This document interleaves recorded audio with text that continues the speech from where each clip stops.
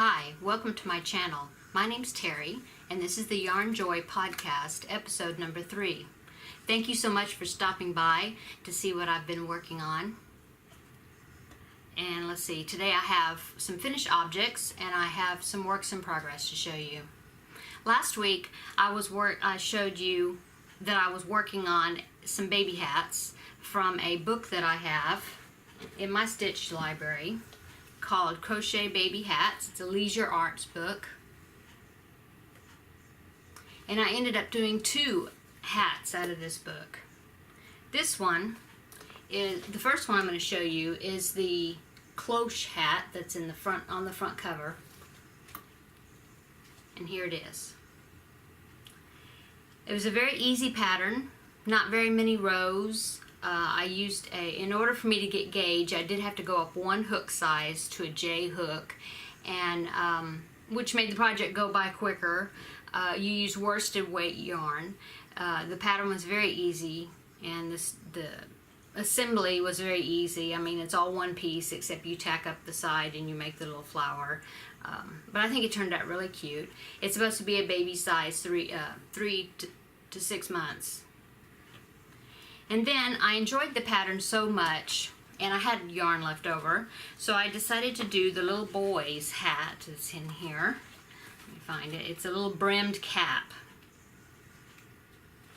There it is.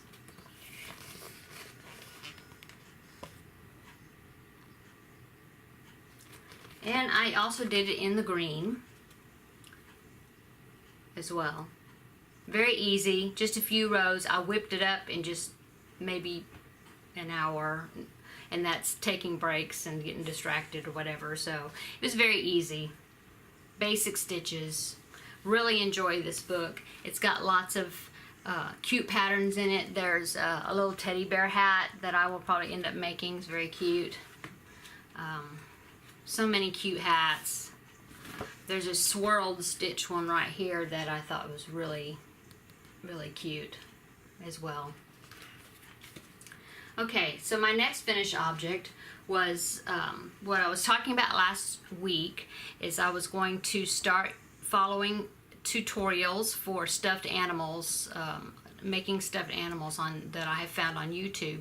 And the first one I decided to do was a channel by the name of Suwana's Crafts Room, and it's a little baby giraffe.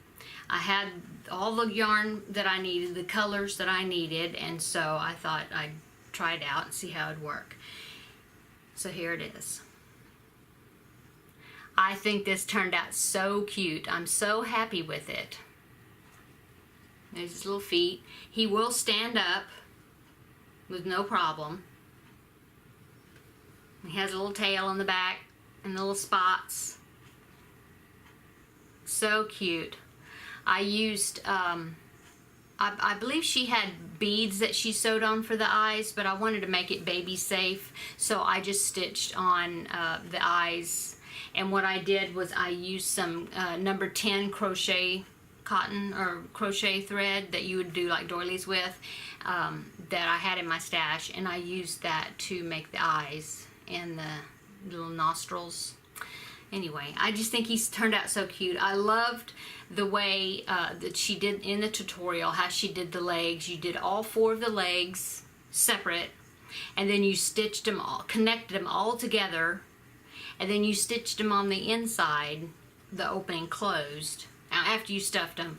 And then you started from there and you went up to do the body and the head. So the only other things you did separate was the tail and the horns and the ears that you had to stitch on the muzzle. But it was very easy, and her tutorial was very simple to follow. I didn't have any problems with it. So there you go. He's so cute. Okay, so that's my finished objects for the week. I have 4 works in progresses that I wanted to show you. The first one is the mermaid blanket. I'm still working on that. I did get some progress done on it. I'm just looking for my little marker here. Oh yes. Okay, so I started here at the top, and I had gone down to this, where my finger is there. I had that much done. So from here down to the end is how much more I got done this week. and it's very wide. It's for an adult, so it's adult size. And I'm still just going back and forth right now, but I just have a few more inches to go, and then I will join it in the round, and then I'll start going around to get to the bottom part. So it's going fine. I'm using Caron Simply Soft yarn. It is the Limelight, is that light green. It's kind of a lime neon green. I don't know if you can tell with the lighting in here. The variegated I'm using is called Peacock Feather, and I believe, yes, the teal color is Pagoda, but it's all Caron Simply Soft. Okay, so that is one thing I'm working on. My second works in progress is the daisy square blanket that I was telling you about last week and showing you. I believe last week I had 4 squares. Yeah, 4 squares done. So now I've got 2 complete rows, so that's 10 right there. 2 complete rows done, and 1 starting on the next. Okay, so I've got 11 squares so far done. And I really like this pattern. It's a join as you go. It was a pattern that was in my pattern library already. It was a magazine called Crochet Today that issue April of 2013, yes. And it is my participation in the Facebook group that I belong to called Stitch Your Library. And it's just a group of members that encourage each other to use patterns that are in their library already. Out of books maybe they had bought, and then they ended up not ever doing any patterns out of it whatsoever. So this was a pattern that I had and I had never done, so that's my participation in that group.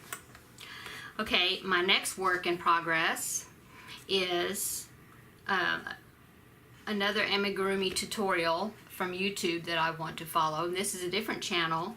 The channel name for this one is Sharon Oyala.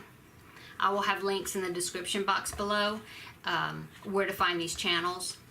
This is actually going to be a set of several pieces, and I have it here, a picture of it, because she also has a website, and the website is amigurumitogo.com, and it has written instructions for these patterns as well as the tutorials that she does.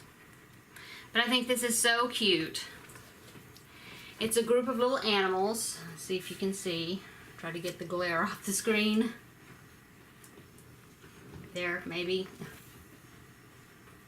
It's little animals. There's a squirrel, a skunk, a fox, a koala bear, little owl. There's some other animals. You can kind of pick and choose what animals you want to do. And then you even stitch the tree, which ends up being a carrying pouch for it. There's a drawstring across the top where the tree closes up, and you can close up your little animals inside. And on the side, there's a little knot hole in the tree hole where you can see inside, and you can see your little animals in there. I just think it's so cute, and it would be such a cute little gift for toddlers or you know, small children.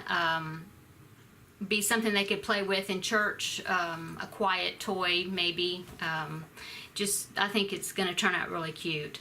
I've only done part of it. I just started since I finished the baby giraffe, and I've gotten only the head part of this. This is the squirrel, and I've gotten the head part done, stuffed. There's a little bit of an indentation, or it sticks out right here. It makes like a muzzle, and that's going to be where his little face is going to go. So I'm following the tutorial. The tutorials, she's very good at explaining her terms and how she's putting things together. So it's going really well, and I'm anxious to get some more of the little critters done and get the tree done as well. I think it's going to turn out really cute. My fourth work in progress is something new that I want. Well, it's not new. Ever since the beginning of the year, I've been kind of on a mission to go through a lot of my excess yarn and try to use up scraps, because I had little balls of yarn scraps in this little container here, Those are my small ones. Of course, then I have this bag. Oh, and I crocheted this bag. I made this years ago. And it's full of balls of yarn. Different, you know, some bigger ones, some smaller ones, all different sizes. And it's funny because you think, oh, I've got all these little ones, you use those up, and then in order to finish your project, you have to start with the bigger ones, and then you end up with some more little ones. You know, it's like an unending thing. So I've really been working on trying to use up this yarn that I have in my stash already. And so what I've decided to do is start finding little projects and patterns online that uses up scraps. It doesn't use very much yarn. And so my first project that I did this past week, I'm not finished with it, so it is a work in progress, is these little nesting cups. The website is called laurajeansmagazine.blogspot.com, and I'll have the link below. And it's these little baskets, and I made it kind of candy corn colored. There's a third one that I need to do. And it's just little baskets. I haven't weaved in the ends, as you can see, but they're just little baskets that you can put on your desk to hold, you know, paper clips or your craft table buttons, you know, any little bits and pieces of things, even to collect your yarn scraps as you're weaving in your ends, you know. And they nest inside of each other. See, I've got the little one inside the big one. And they turned out really cute, really fast. You could make them a little bit sturdier by holding two strands of your yarn together, and that would make them sturdier, depending on what you're going to put in them. But I'm going to do one more, which is a slightly larger one that these will fit down into.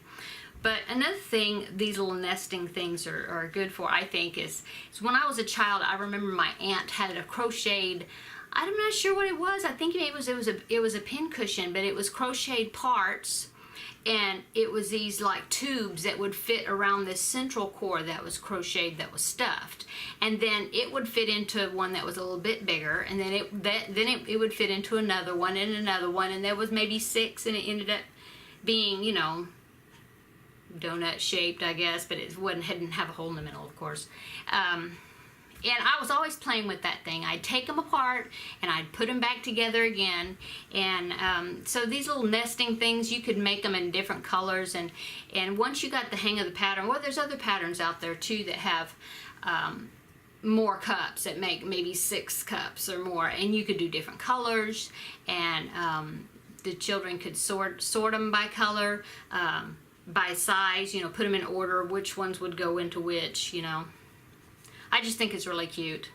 So what I want to do is each week come back with a little project that might give some other people ideas on how they could use their scraps to make little things. I found little Christmas ornaments that I want to try that don't use hardly any yarn. Some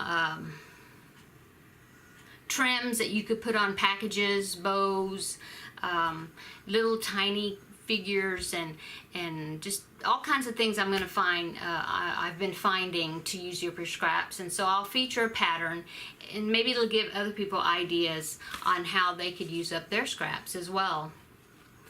Okay, so I think that's about it for the day, but I do want to thank all the people that have been commenting on my videos and that have subscribed to my channel. I'm so grateful. It's been very exciting to make these videos and start this journey of making videos. I've always wanted to do it, and I finally just threw my hat in the ring and decided to go ahead. And I've had so many people comment with encouraging words and kudos to my videos, and I really appreciate it. I really do. I want to give a little shout out to Charmaine. Thank you. Hello, Charmaine. Thank you so much for talking about my channel on your latest video. Her channel name is Tweety Me Too, and I'll have the link below. She just recently started making videos. She hadn't made any in a while, but she's recently gotten back into it, so I'm glad for that. I've met Charmaine online and through a Facebook group fellow crocheters, and she's a very sweet lady. Seemed like I've just known her forever, and I appreciate you for giving my channel a shout out on your video, and for your kind words and your friendship. Thanks. Okay, so that's about it for the day. Please subscribe to my channel if you haven't already, and please come back next week and see what I've done on my projects. Like my video, thumbs up. Thanks. Bye.